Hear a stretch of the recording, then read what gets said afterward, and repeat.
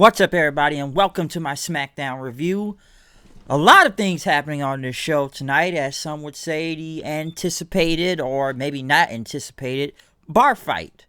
I thought that match was going to be on Sunday at Extreme Rules, but we can't have two cinematic matches on one show, so we moved this one to Friday. So there's a lot to say about this bar fight later on, the main event of this entire show, but we ended up opening the show with Smackdown, as this looked like it was some type of a self-help show or like an AR meeting saying, "Hello, I'm Jeff Hardy, and I'm an alcoholic." Yeah, that's one way to start a show. And he said he's going to slay his demons once more, and that he would beat the holy hell out of Sheamus tonight.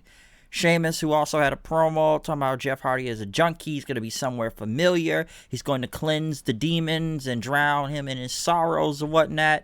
As they even went to JBL, which I kind of figure at least they had somebody from the APA talk about a bar fight, and he knows something about bar fights, but he would save his prediction later in the show, which it makes sense coming from him. If it came from him or Farouk or just both the APA, it's like when I think of the bar fight, you think of the APA. So that's the first thing that comes to mind, and it kind of makes sense to have them predict who will win this match tonight.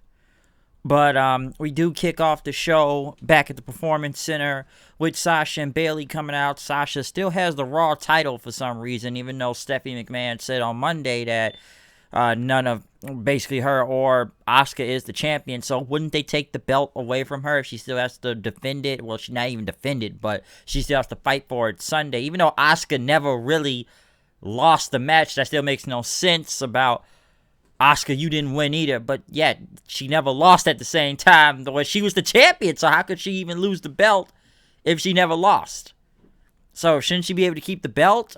It doesn't make sense. That's why I'm wondering, why does Sasha still have the title after Stephanie McMahon said you're not even the champion? But both Sasha and Bayley came out there basically gloating, talking about they're the champions, that they are just greatness right now. They're holding all the titles. They had all the power right now. But Nikki Cross and Alexa Bliss came out. Nikki Cross pretty much complained how her opportunity was stolen from her, that she wants a rematch with Bayley right now. But Bayley says she won fair and square at Extreme Rules, that she's a role model, and this is SmackDown, the land of opportunity. So I'm going to give you a title match next week. All you have to do is be a former SmackDown Women's Champion, which we all thought was going to be Sasha, but it ended up being Alexa Bliss. And whoever wins next week, they can face me for the title. Nikki Cross kept telling Alexa Bliss, we got to do this. Bliss said like she didn't want to do it, but Cross said, we have to do this, and she ended up pushing her on the ground and headed to the ring then, ready for this match. We got Bliss versus Nikki Cross then, as Sasha and Bayley were on commentary. Match was okay. I'll say it wasn't even that bad and everything. And trust me, I shit on a lot of Alexa Bliss matches, but this one was not that bad. And I figured Nikki Cross was going to win. They could have probably flipped it over and have Bliss win, still messing with Cross, but Cross ended up getting the win with a roll-up over Alexa Bliss then. After that, because then after Nikki Cross won getting her title shot, her and Bliss were in the back, pretty much saying they were just standing there, and they said, you got one over me, and they hugged it out and everything. But listen, I know you said you weren't deserving all the opportunities, but now you got it, and all you need to do is focus on beating Bayley for the title next week. Could Bliss turn on Nikki Cross after Cross pushed early in the night? Possibly. Do they need to make Nikki Cross go back to being on her own? Hell yeah, they really do. They really need to make her go back on her own, okay? That's something I would recommend. From that, haven't really been a fan of her and Bliss as a tag team, but they've somehow been able to make this work for, I guess you could say work, in a number of months now at this point. Then again, they don't have a lot of women's tag teams anyways, but could they break them up possibly and make Nikki Cross back into crazy Nikki Cross? I don't know, but we'll see what happens. But I feel like Bliss may screw Nikki Cross out of the title next week. I have a feeling that's going to happen. They then went to the Firefly Funhouse, which once again, they talk about that swamp fight from Sunday. And I guess they went to the lantern, Bray Wyatt's head on the table, Regular Bray Wyatt shows up then and pretty much says that was fun. And, we had a lot of family reunions. It warms the soul. And that Strowman came back home. He's not trapped in the swamp forever and everything. But it is for 100% certified organic, as he said. But he told him, Lantern, I can't let you out again, all right? You had your chance. Now it's his turn. Basically, we're bringing back... He's Unleashed, The Fiend. So, of course, The Fiend is going to come in next. Most likely at SummerSlam. It's going to be The Fiend versus Strowman for the title. So, get ready for that. Because that whole swamp thing was weird anyways last Sunday. Like I said, if you want to hear more about that, go look at my Extreme Rules review, okay? But next, we got Matt Riddle versus Tony Nese. Basically a squash match and a showcase for Matt Riddle. Matt Riddle winning with the Bro Derek. He didn't call out Corbin right there, which Corbin came out and talked about Riddle he doesn't know how things work, that he doesn't belong here. You have to put in a formal request with the king, apparently. And that you got that new talent car smell, all right? And you're just going to fade away. You and your little frat boy without shoes thing, it just rolls out of bed, think they can come over here.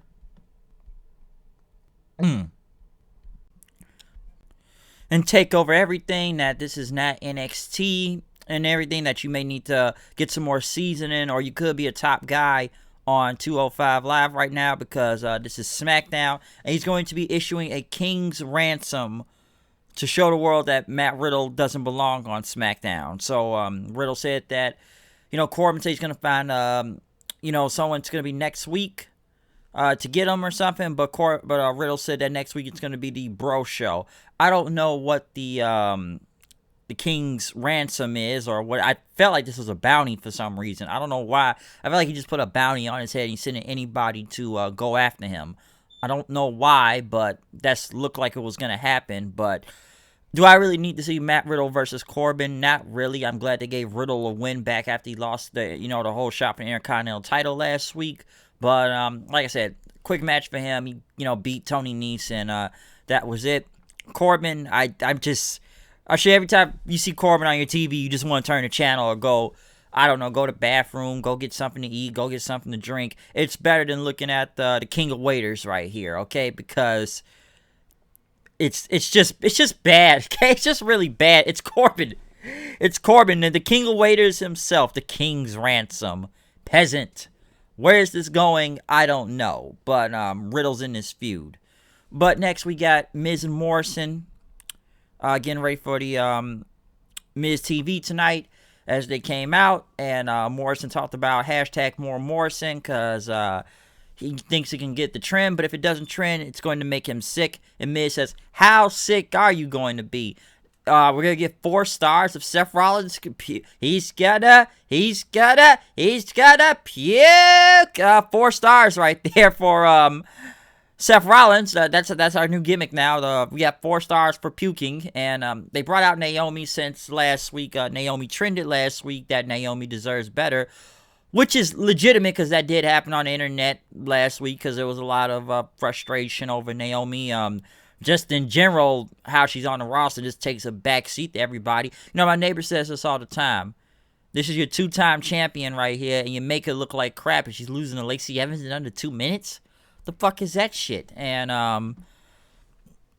it makes no sense. And everybody was talking about how, Lacey Evans beat her, and Naomi pretty much went on to say that the fans have her back and that she has theirs and everything, but everybody's talking about the whole match last week and that, this isn't the first time you went viral, that, you trended when you came back to the Royal Rumble, and, you didn't win that match either. But Miz said Naomi keeps trending for losing, but Naomi pretty much said it's not about trending, it's about the conversation to why I should be where I am and that the fans are supporting her. But she says she gives it all, gives it her everything all the time. She heads out to the ring, and pretty much she says she was sick of Miz and Morrison, which they gave it 5 stars for puking. More puking, people. More Seth Rollins puking. That's going to be a thing nowadays. But Miz and Morrison said they have a surprise guest. They had Lacey Evans, who came out there, and pretty much says, have you ever had your asses kicked so bad that you got a pity hashtag? And while she's trying to put on makeup and everything, saying that Naomi's been around for a decade and she didn't have much to show it. Naomi ended up pushing her and her lipstick got all over the place. Lacey Evans tried to hit Naomi with the purse, but Naomi ended up blocking it and pretty much punched her out of the ring as Lacey Evans headed to the back. Miz and Morrison started dancing to Naomi's theme song. Hopefully something does happen better for Naomi, okay? Because that whole Naomi deserves better hashtag last week, it did trend, and it was real, okay? And I see WWE wants to capitalize on it and make a story out of this. Hopefully this does go somewhere for Naomi, because every time you really see Naomi on TV, she either loses or she's just not even on TV in general. She disappears for a multiple count of months. You bring her back. She loses. Nothing happens with her. Nothing happens with her. And, people telling me about this, and, Booker T, I know he said something that got a lot of heat. Yeah,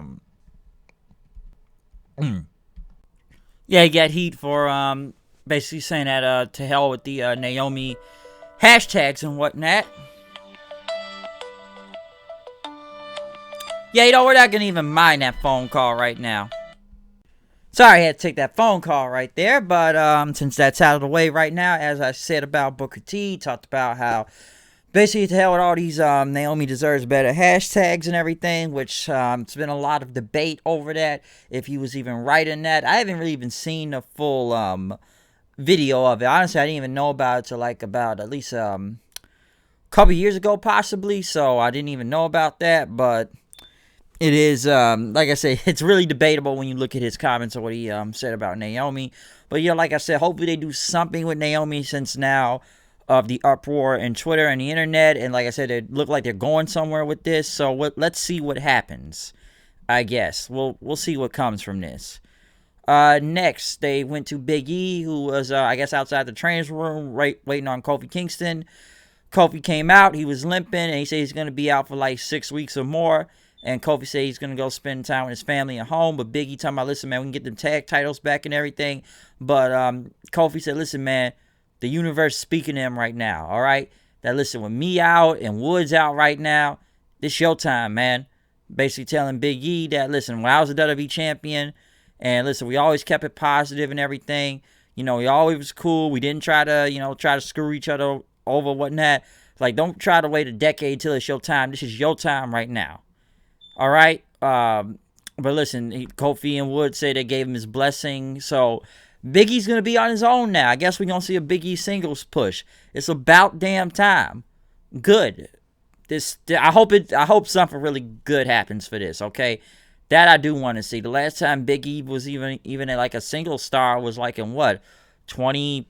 At least 13, 14 a little, and it just looked like nothing was going there. But with him being in New Day for almost over 6 years now, maybe something could happen, okay? I hope it does, because now he's on his own. Kofi's not here. Woods isn't here. So him to get his time to shine, I'm all behind that. I'm all for it.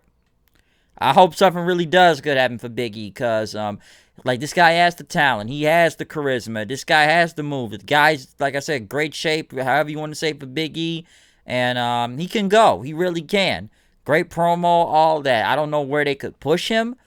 I'm not saying they're going to put him for the WWE title right now, but they can build him up. Maybe go for the Intercontinental title. I mean, he was Intercontinental champion at one point many years ago, but he could go for that or something they could do with Big E. I don't know what could happen for him, but with the New Day out of commission right now, and I'm glad they're not just going to have him and Kofi go back for the tag titles, because they haven't really had nothing to do even during since this whole pandemic thing other than be a tag team. And listen, yes, Kofi was the WWE champion, had his singles run, so maybe, like I said, maybe something can happen for Big E now. This is a great opportunity right now. As Kofi said, it's like the universe is now speaking to him right now that this is his time now. Without the other two here, they could make him to a star. Hopefully, I don't know, but I am looking forward to it, though, and I'm hoping something good happens for Big E. But next, they went to a fatal four-way with AJ Styles on commentary. Drew Gulak, Lindsay Dorado, Grand Metalik, and Shorty G right there for a shot at the Intercontinental title. Listen, this is a good match. A very good match. I enjoyed it. This was good. Real good. But the thing is this. none of these guys really deserve a title shot. Lucha House Party have mostly been comedy guys when wrestling as a tag team. Shorty G right there, Drew, I almost said his wrong damn name. Chad Gable right there. Come on, man. He's in a bad gimmick. And come on, the guy's barely even been on TV. Gulak, he's been around Daniel Bryan and whatnot, but he's kind of already had his shot against AJ. And, you know, when Grand Metalik won, I didn't mind, and hey, it'll be a match with him and Styles, you know, ended up slapping him and everything, and then Lucha House Party took him out the ring, but come on now, like, none of these guys don't even deserve to be near the Intercontinental title right now. Like I said before with Big E, that's the guy you want to put in. Maybe SummerSlam, it could be Big E versus AJ Styles for the title. I would like to see that. That could be a really good match. But, and you know, I'm not trying to discredit Grand Metalik or anything, but come on, man. Is he really going to have any chance beating AJ Styles? Like I said, did any of these four guys have a chance beating AJ Styles? They'll put on good matches, but you look at how they've been booked and they've even barely been on TV. What makes you believe, or anybody believe, that that any of these guys were ever going to be AJ Styles for an Intercontinental title? Just think about that. Really think about that. But next they went to Kayla Braxton talking to the new tag team champions, Nakamura and Cesaro. Nakamura went on to say, listen, it's more satisfying to put Kofi through 2 tables than 1. And he went splat. Cesaro said his only regret is not putting Big E through a table. And it would have made it even a bigger splat, as Nakamura said. But Cesaro said it's not Big E's time. And that they're going to make all the tag teams go splat on Smackdown. But we didn't get to the bar fight. The bar fight, folks. I'd say AJ. Jeff Hardy, Sheamus. Sheamus came in. He dressed, I don't even know if I want to say this, Irishman. I should say an old school type of Irishman type of thing, with a hat and, you know, suspenders and a shirt. Sheamus was there at wherever this bar was in Florida, and I guess he wanted to take a shot. And the bartender, well, Sheamus' personal bartender, Jeeves, there, poured him a shot. Jeff was already sitting down as he asked for a cup, I guess with something to drink in it. The referee was there. He was trying to explain everything, but Jeff says, hey, man, you just hit to count for 3. You wait for a second. Sheamus says, it's good to see you, Jeff, and how about we take a shot and everything, get some beer and whatnot. And Jeff says he's made a lot of mistakes in his lifetime, that his brother had to delete his WWE career, and we all know where Matt Hardy is right now. Didn't even say his name. And that Jeff Hardy right now saying that sobriety has changed him. And Sheamus called him weak and pathetic. But Jeff says he's connected to everything now. He's to the light, to the window, the TV in this bar. He is the bar, basically. Jeff Hardy is the bar now. That's how open he is right now. He is connected to everything. So he is the bar. But Sheamus said that he is the bar and that Jeff is a pathetic drunk and a junkie. Sheamus took off his hat. And then Jeff ended up throwing a drink in his face. And that's when we began this bar fight then. Both guys brawled for a second. Sheamus got the upper hand, put Jeff Hardy on top of the bar, and drove him down it, you know, just rubbing him across it like you see in any type of movie. And all the drinks spilled everywhere. They kept fighting then. I guess they were going through almost a hallway.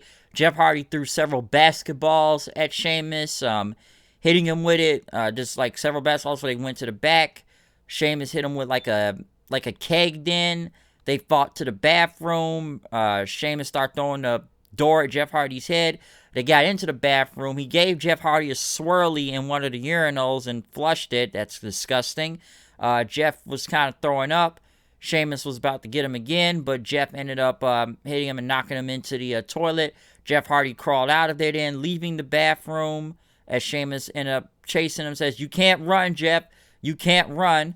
Jeff Hardy then pretty much had he had a ladder then from wherever room he came from, and he hit him with the ladder, and he put him onto a table, and pretty much went for Sheamus and jumped onto him on it. Jeff ended up jumping back off of the bar then. Sheamus caught him, threw him into the wall, threw him to the ground. Then he took a guitar in and pretty much tried to hit Jeff with it, but Jeff got out the way. And Sheamus, like he hurt his hands. Sheamus threw Jeff Hardy into like a drum set then. And then we had a commercial break in this. So yes, there was a commercial break through this whole thing. They basically went back from commercial. Jeff's still on the ground. Sheamus is yelling. Sheamus was trying to kick Jeff Hardy in, but Jeff got out of it using one of the drums. He hit him with a twist of fate. And there was a ladder set up, which I guess he was going to climb it, but Sheamus's bartender hit Jeff from behind. Jeff powerbombed the bartender through one of the tables. Then Jeeves there.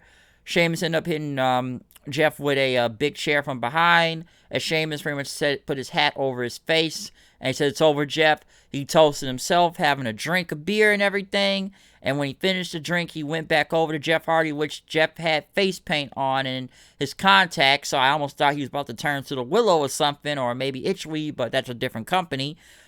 Jeff got back up, hit Sheamus with a glass bottle over his head, beating the hell out of him.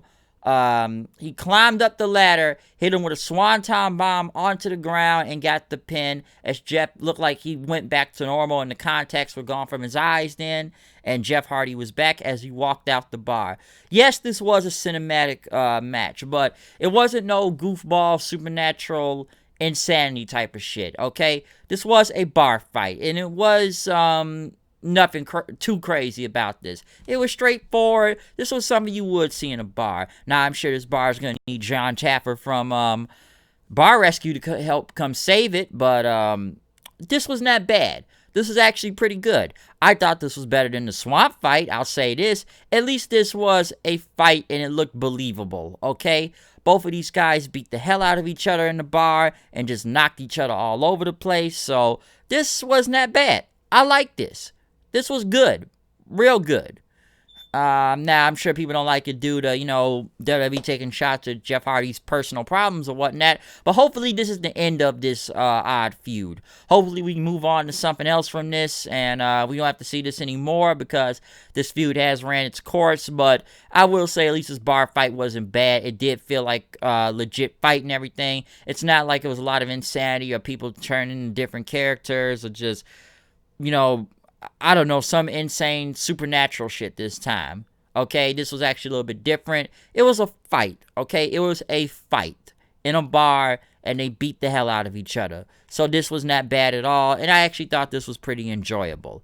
But I hope this is the end of this god-awful feud, okay? But other than that, though, I am done with this review.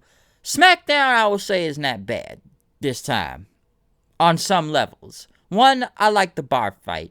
2, Big E's getting the push. 3, I like the Fatal 4-Way, even though none of those guys deserve an Intercontinental title shot. What is it? I'm on 4. Maybe Naomi will finally get a push due to the whole hashtag thing last week. Could Nikki Cross go back on her own? I don't know. We'll see. But, what else do we have? Riddle, okay match. Do I need to see Corbin? Good God, no. Yeah, SmackDown was a little bit more up and down, but I was a little bit more tolerable with this SmackDown tonight. I didn't hate it all the way. So, it looked like they're trying to build new people. Hopefully, like I said, make Big E into a star if they can, but we'll see what happens from that. And the bar fight, not even that mad at the bar fight. Really not. It was okay. Felt like a fight out there for real. But other than that, though, I am done with this review of SmackDown. I'm out of here. See you guys later. Peace out. Follow me on Twitter, @HoodedKnight890. I also will have a video I want to talk about tomorrow. It's going to be unrelated from wrestling, but apparently G4 TV is back, and I got a couple things to say about that. But I'll save that for tomorrow when I come out with a video about that, okay?